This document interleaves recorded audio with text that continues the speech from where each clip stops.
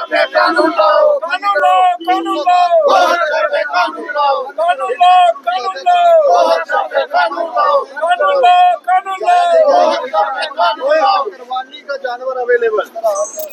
गौ तस्करी जो है वो बढ़ती जा रही है। जिस प्रकार से आपने परसों रात की घटना देखी कि गौ तस्करों के हौसले कितने बुलंद हैं, वो किसी को नहीं देख रहे हैं। कल एक एएसआई को अपने वाहन के माध्यम से रोक दिया गया और उसकी घटना स्थल पर ही जो है मृत्यु हो गई और एक गौरक्षक जो है वो घायल है।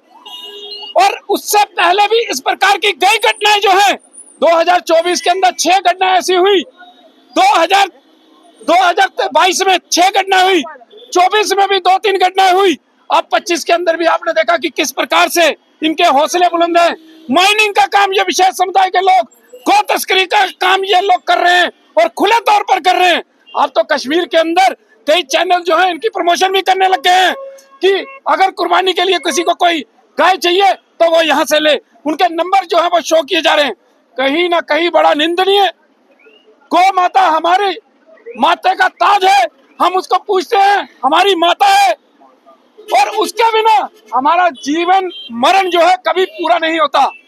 हर शुभ कार्य के अंदर गौ माता का जो है हम उसको पूछते हैं, उसका गौमूत्र, दूध, उसका घी, हर चीज हम इस्तेमाल करते हैं। लेकिन वही गौ माता आज जम्मू कश्मीर के अंदर जो है वो सरेआम काटी जा रही है। हम सरकार से अपील कर रहे हैं कि जब से ये उम्र सरकार आई है, हम इसके लिए कह रहे हैं कि जब से तब से इनके हौसले जो हैं वो ज्यादा बुलंद हुए हैं।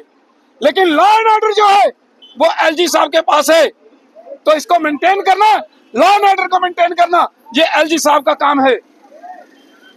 कहीं ना कहीं हमारी आस्था के ऊपर प्रहार किया जा रहा है, जिसको बर्दाश्त नहीं किया जाएगा। हम सरकार से अपील करते हैं कि अगर आपसे नहीं संभलते ये लोग तो हमें बोलिए, हम संभाल लेंगे। हम पहले भी संभालते रहे हैं।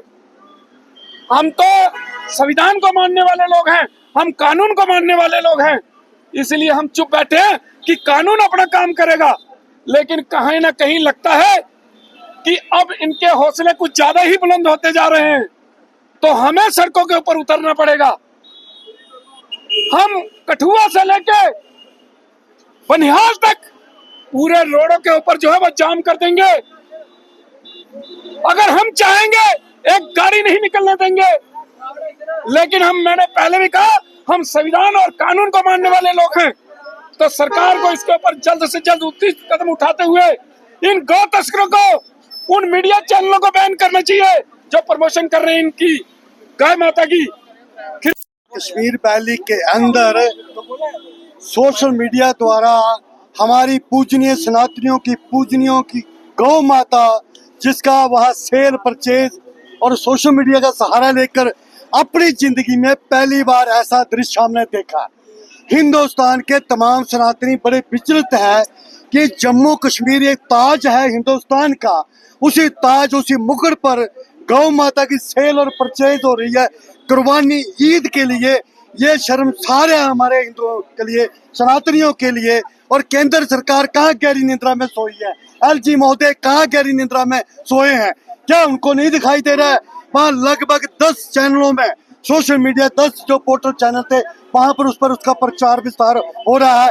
किसी को भी गाय चाहिए कुर्बानी के लिए तो इस पैनल पे कांटेक्ट करे, इस फोन नंबर पे कांटेक्ट करे। आखिर ये कब तक बर्दाश्त करेंगे?